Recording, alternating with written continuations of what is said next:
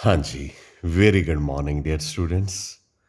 Last time कल के lecture में हम ड्राइविंग फोर्स के बारे में बात कर रहे थे और आपको ड्राइविंग फोर्स के कल के लेक्चर में कंक्लूजन में बताया था कि प्रोसेस की स्पॉन्टेनिटी ड्राइविंग फोर्स पे डिपेंड करती है और driving force further two factors पे डिपेंड करती है।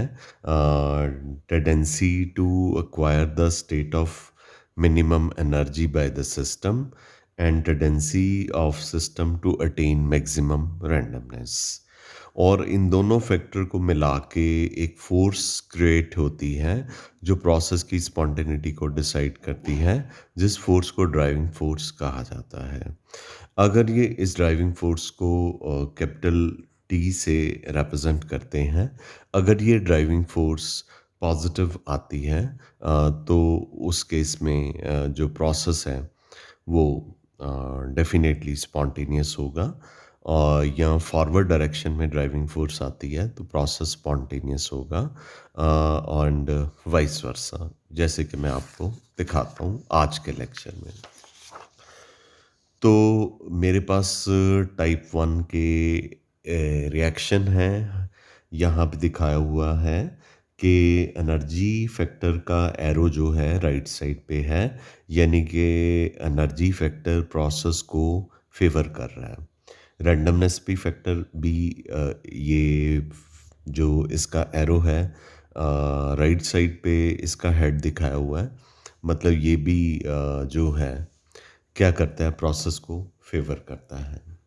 अगर दोनों फैक्टर प्रोसेस को फेवर करते हैं तो ड्राइविंग फोर्स जो है वो क्या होगी, वो फॉरवर्ड डायरेक्शन में होगी।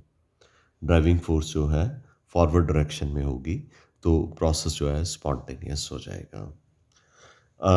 सेकंड जो है एग्जाम्पल, उसमें दिखाया गया है कि एनर्जी फैक्टर फेवर कर रहा है लेकिन इसका मैग्नीट्यूड ज़्यादा है।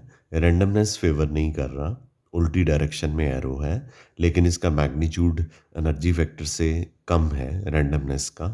तो इन टोटलिटी में एनर्जी की वैल्यू, मतलब कि एनर्जी फैक्टर जो फेवर करता है प्रोसेस को, उसका मैग्नीट्यूड जो नहीं फेवर करता है रैंडमनेस उससे ज़्यादा है। तो ड्राइविंग फोर्स तो पॉजिटिव ही होगी, फॉरवर्ड डायरेक्शन में ही होगी, तो प्रोसेस जो है वो स्पॉन्टेनियस होगा। And vice versa has been shown in the third type also, third example also. Type 2 में दिखाया गया है कि ड्राइविंग फोर्स जब बैकवर्ड डायरेक्शन में होगा, ड्राइविंग फोर्स को डी के साथ लिखते हैं। यहाँ पे दिखाया है कि एनर्जी फैक्टर प्रोसेस को फेवर नहीं कर रहा, रैंडमनेस भी नहीं फेवर कर रहा, तो ड्राइविंग फोर्स भी फेवर नहीं करेगी, प्रोसेस नॉन स्पॉन्टेनियस होगा। एनर्जी फैक्टर फेवर कर रहा है, रैंडमनेस नहीं फेवर कर रहा, तो ड्राइविंग फोर्स नहीं फेवर करेगी। क्यों? क्योंकि नहीं फेवर करने वाला फैक्टर जो कि रैंडमनेस है, उसका magnitude is much more greater than energy factor जो कि फेवर कर रहा है।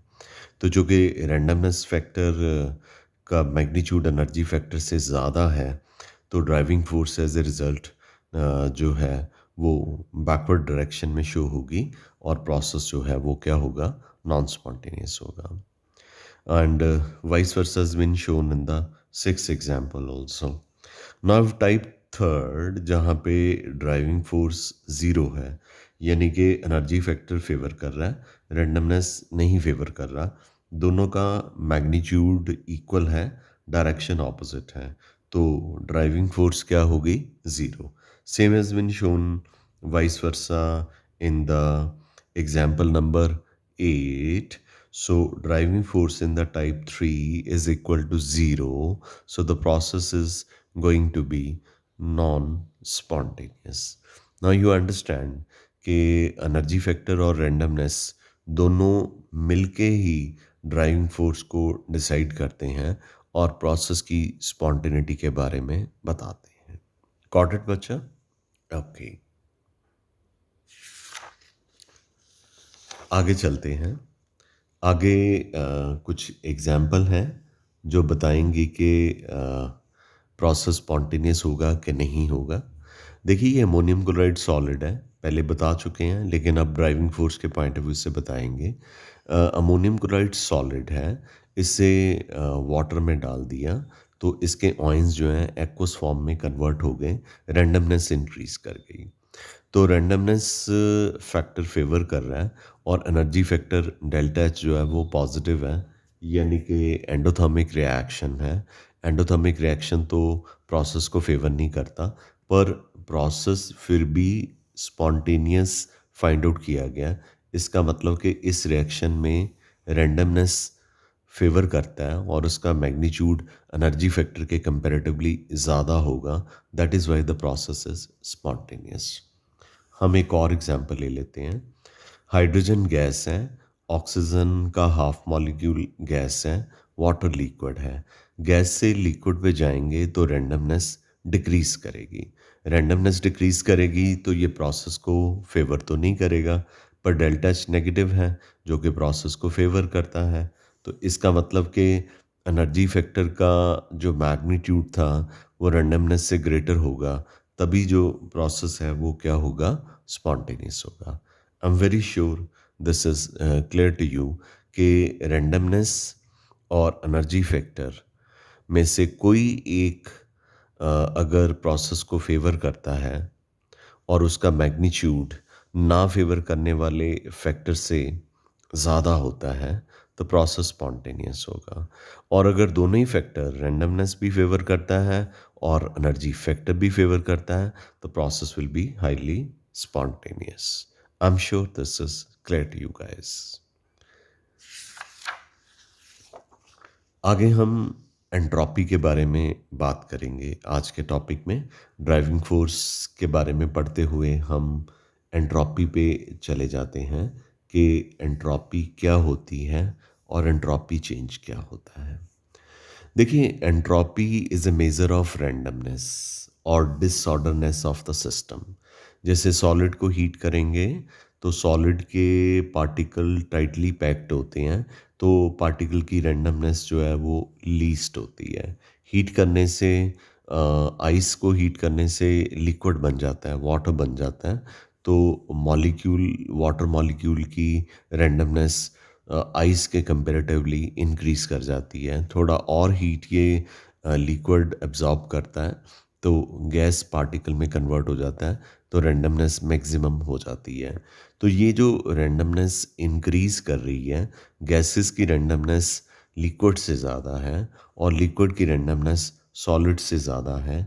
इसी मेज़रमेंट को, रैंडमनेस के टेंडेंसी को मेज़र करने के प्रोसेस को हम एंट्रोपी कहते हैं। So far as entropy change is concerned, it is a state function और इसे डेल्टा एस के साथ रिप्रेजेंट किया जाता है। Delta S is equal to entropy in the of product in the final state, या एंट्रोपी ऑफ द जो products हैं, sum of entropy of the products minus sum of entropy of the reactants, या entropy in the final state minus entropy in the initial state. अगर वो reaction नहीं है, कोई process है, तो हमने देख लेना है कि एंट्रोपी फाइनल स्टेट की जो है उसमें से इनिशियल स्टेट की एंट्रोपी को माइनस कर लेना है, तो आपके पास एंट्रोपी चेंज की वैल्यू निकल आएगी। या अगर कोई केमिकल रिएक्शन है तो प्रोडक्ट की एंट्रोपी में से रिएक्टेंट की एंट्रोपी को सब्सट्रैक्ट करने से डेल्टा एस निकल आएगा। तो जो एक्सप्रेशन है एंट्रोपी चेंज का, डेल्टा एस का, इज इक्वल टू, इसमें बताया गया है कि delta S is directly proportional to heat absorbed. आप देख रहे थे कि सॉलिड ने हीट एब्जॉर्ब की तो रैंडमनेस इंक्रीज कर गई, यानी एंट्रोपी में चेंज आया। फिर हीट एब्जॉर्ब की तो एंट्रोपी में चेंज आया। तो delta S is going to be directly proportional to heat, क्योंकि हीट एब्जॉर्ब करने पे किनेटिक एनर्जी मॉलिक्यूल की इंक्रीज करती है और रैंडमनेस जो है वो भी क्या करती है, इंक्रीज करती है। Whereas entropy change is inversely proportional to temperature. तो इन दोनों फैक्टर से हमें पता चला कि entropy change is equal to Q upon T for reversible reactions. Got it? So entropy change को हम डिफाइन कर सकते हैं, क्यू अपॉन टी था amount of heat absorbed isothermally and reversibly, तभी वहाँ पे क्यू के साथ आर ई वी लिखा था। Amount of heat absorbed isothermally at constant temperature and reversibly divided by absolute temperature at which heat is absorbed is called as entropy change. तो units निकालने इसके बहुत आसान है, क्योंकि delta S Q upon T के इक्वल है। Q heat है, हीट के यूनिट्स कैलोरीज में हो सकते हैं, और टेम्परेचर केल्विन मोल में केल्विन में होता है, तो ये हो जाएगा टेम्परेचर केल्विन ऊपर गया पर केल्विन पर मोल। ये सीजीएस सिस्टम में हो सकता है, और आप जॉल्स में से एसआई सिस्टम में ले सकते हैं, जॉल्स पर केल्विन पर मोल में आप इसको ले सकते हैं। अगर आपको ये जस्टिफाई करना है कि डेल्टा एस जो है वो वाकई ही एक स्टेट फंक्शन है, तो आप क्या कीजिए, ये एक क्वेश्चन को हम अंडरस्टैंड कर सकते हैं कि डेल्टा एस जो है वाकई ही एक स्टेट फंक्शन है। तो इसको अंडरस्टैंड करने के लिए हम क्या करेंगे, एक सिस्टम को अज्यूम कर लीजिए जिसमें एक सिलेंडर है, सिलेंडर के अंदर गैस है, उसके ऊपर एक ढक्कन लगा हुआ है जो कि फ्रिक्शन लेस है, यानी उस ढक्कन को ऊपर नीचे करते हैं तो उसकी दीवारों के साथ, सिलेंडर की दीवारों के साथ कोई रगड़ नहीं लगती, लॉस ऑफ एनर्जी नहीं होता, और ऑलमोस्ट ये जो पिस्टन है, ढक्कन है, वेटलेस है।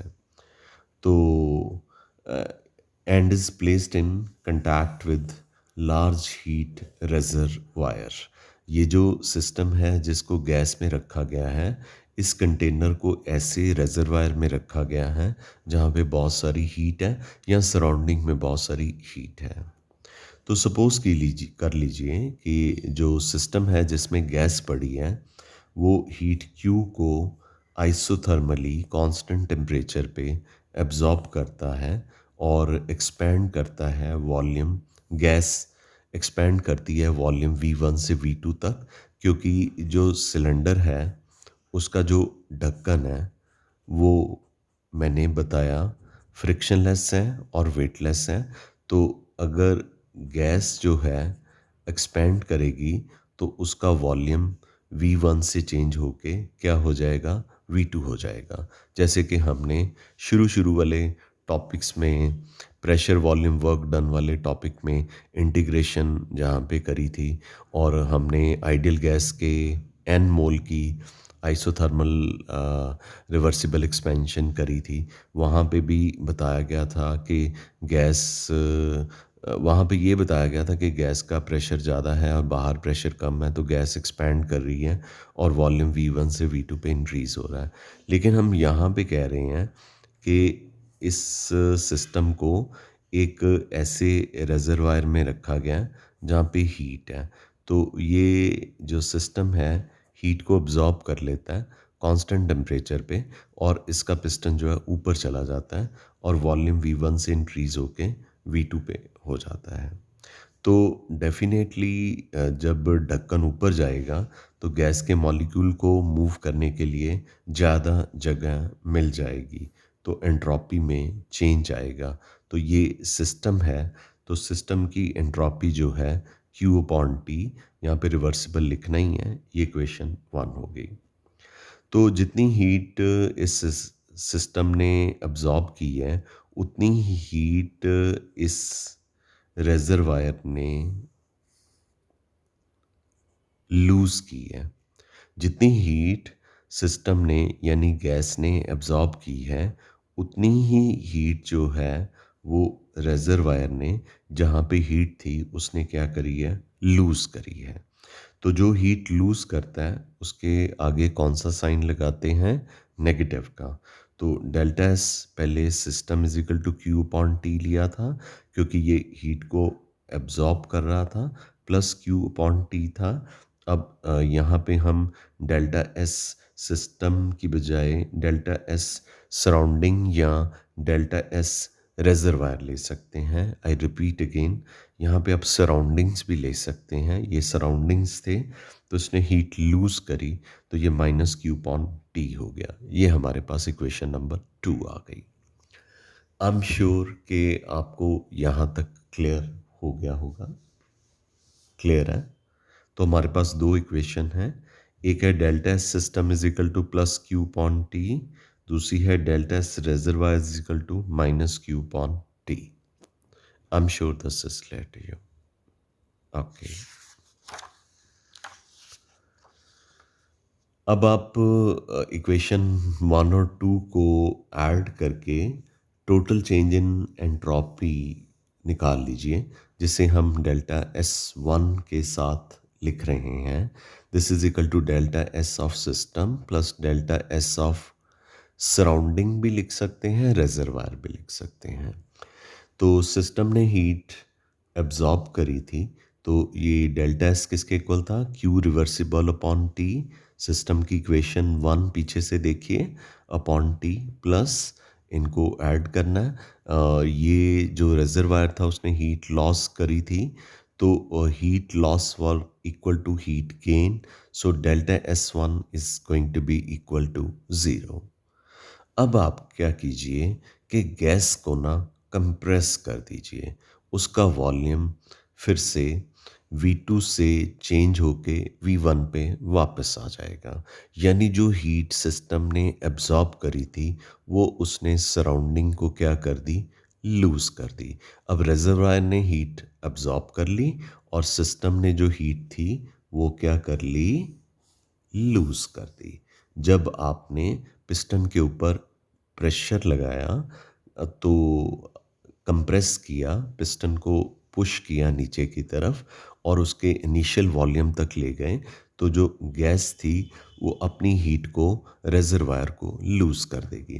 तो delta S system is equal to minus Q reversible upon T, और रिजर्वायर अब जो है वो हीट को एब्जॉर्ब कर रहा है। तो इस केस में भी हम ये और ये इक्वेशन जो है इनको ऐड कर देंगे। तो जैसे टोटल चेंज इन एंट्रोपी को डेल्टा एस वन लिखा था, यहाँ पे टोटल चेंज इन एंट्रोपी को एस टू लिखेंगे और delta S system plus delta S reservoir को ऐड कर देंगे। तो यहाँ सराउंडिंग को ऐड कर देंगे, ये minus Q reversible upon T plus Q reversible upon T, तो ये और ये कट के यहाँ पे भी ज़ीरो आ गया। यानी कि total change in entropy for the complete cycle when volume of the system moves from V1 to V2 and then ये वॉल्यूम इंक्रीज हुआ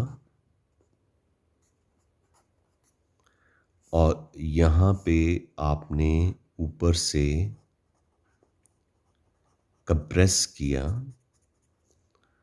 वॉल्यूम V2 से V1 पे डिक्रीज हो गया। ठीक है, इसको हम सिस्टम कह रहे हैं, इसको हम सिस्टम कह रहे हैं। ये इसका रेजर्वायर है और ये इसका रेजर्वायर है। साइकिल कंप्लीट हो गया। V1 से V2 पे गए थे जब इसने हीट को क्या किया था? एब्सॉर्ब किया। फिर आपने कंप्रेस किया, इसने हीट को लूज कर दिया। तो पूरे साइकिल में जब पूरा साइकिल कंप्लीट हो जाता है, entropy of system remains the same as it was originally. This proves that entropy change depends upon initial and final state of the system, so it should be called as a state function. I'm very sure this is clear to you. ठीक? Am I clear to you? चलें आगे, अगर आपको ये clear है तो। चलो चलते हैं। अब हमने अब बहुत सिंपल है हमारे पास। एंट्रोपी ऑफ फ्यूजन की एक डेफिनेशन पढ़नी है हमने।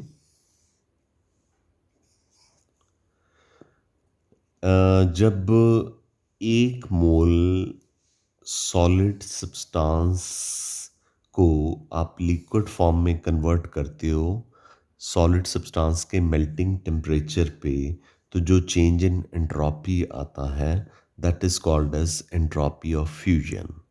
आपको बताया था change in entropy is equal to S2 - S1। तो सॉलिड लिक्विड में कन्वर्ट हो रहा है, तो लिक्विड फाइनल स्टेट है और सॉलिड इनिशियल स्टेट है, S2 - S1। तो S2 इसमें क्या है, लिक्विड है, और S1 इसमें क्या है, सॉलिड है। Is equal to Q upon T करा था, तो Q is equal to delta H लिख सकते हैं रिवर्सिबल आइसोथर्मल के लिए। तो हम आप इसको इंथैल्पी ऑफ फ्यूजन लिख सकते हैं, TM का मतलब मेल्टिंग टेम्परेचर पे। दूसरी डेफिनेशन है एंट्रोपी ऑफ वेपराइजेशन।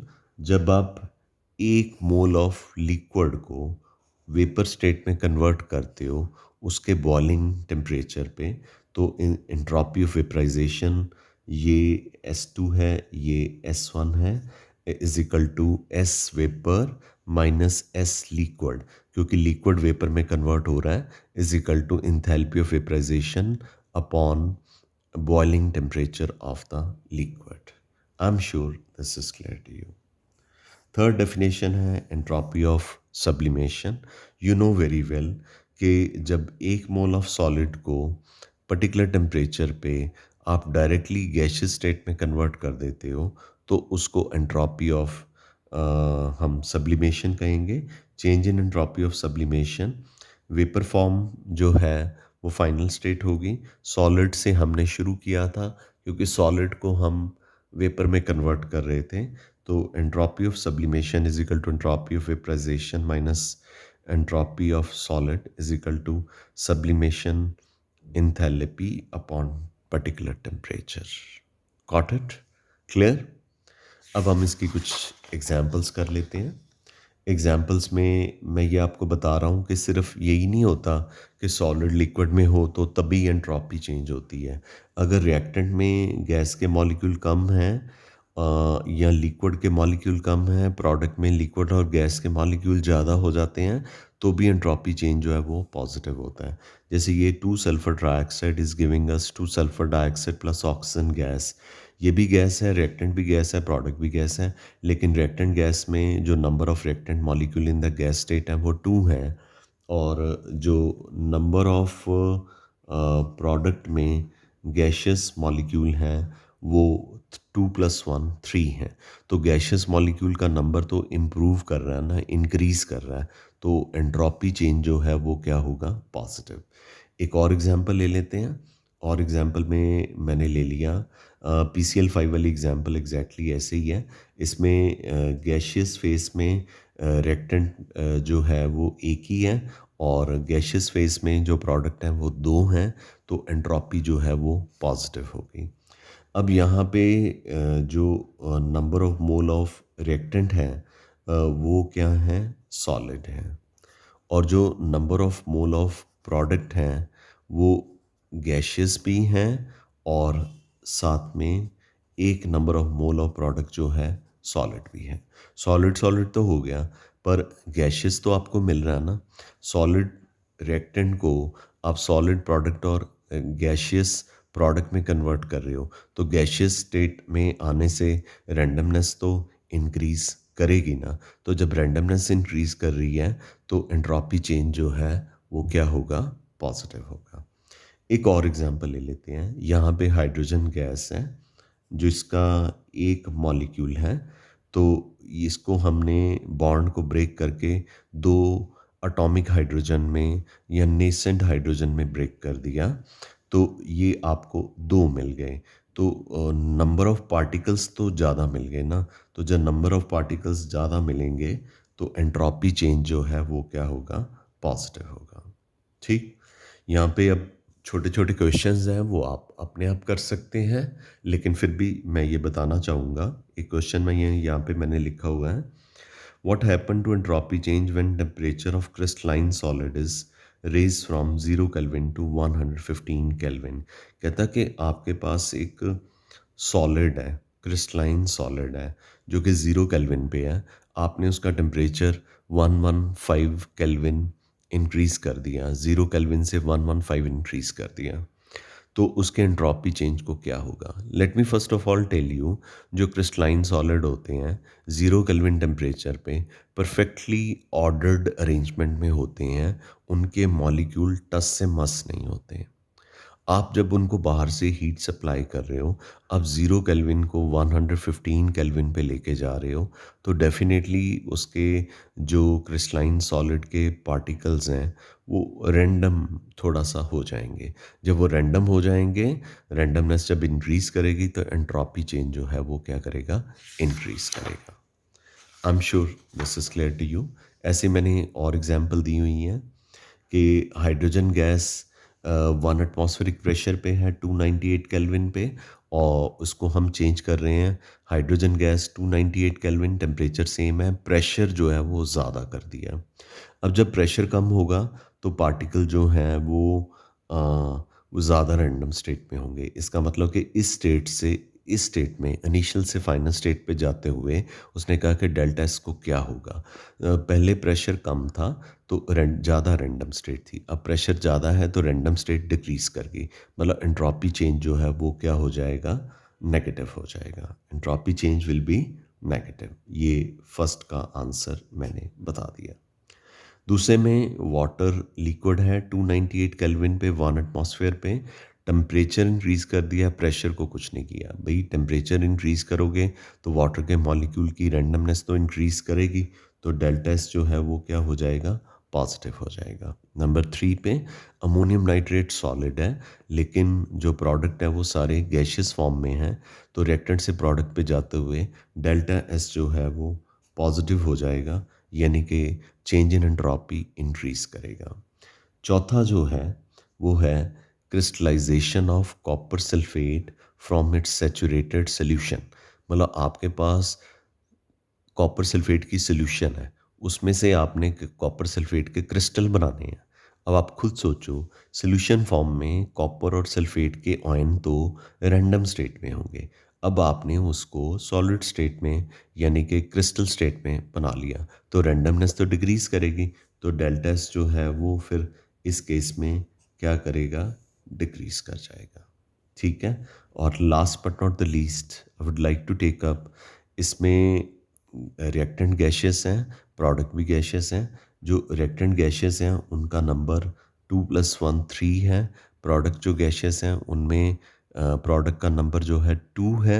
अगर इस तरह से भी कोई सिचुएशन आती है, गैशियस मॉलिक्यूल मोल का नंबर डिक्रीज कर जाता है रिएक्टेंट से प्रोडक्ट पे जाते हुए, और आपको पूछा कि एंट्रोपी चेंज क्या होगा, तो इस केस में एंट्रोपी चेंज जो है वो क्या होगा, नेगेटिव होगा। I'm sure, guys, this is very clear to you. So, I hope the lecture is very, very clear to you. We call it a day. Thank you very much. आप इसकी practice कीजिए, इसको ध्यान से सुनिए, जहाँ से प्रॉब्लम हो मुझे फ़ोन लगाइए और पूछिए क्या आपको प्रॉब्लम आती है। ठीक है, थर्सडे को आपको एक असाइनमेंट मिलेगी। Thank you, nice day, love you.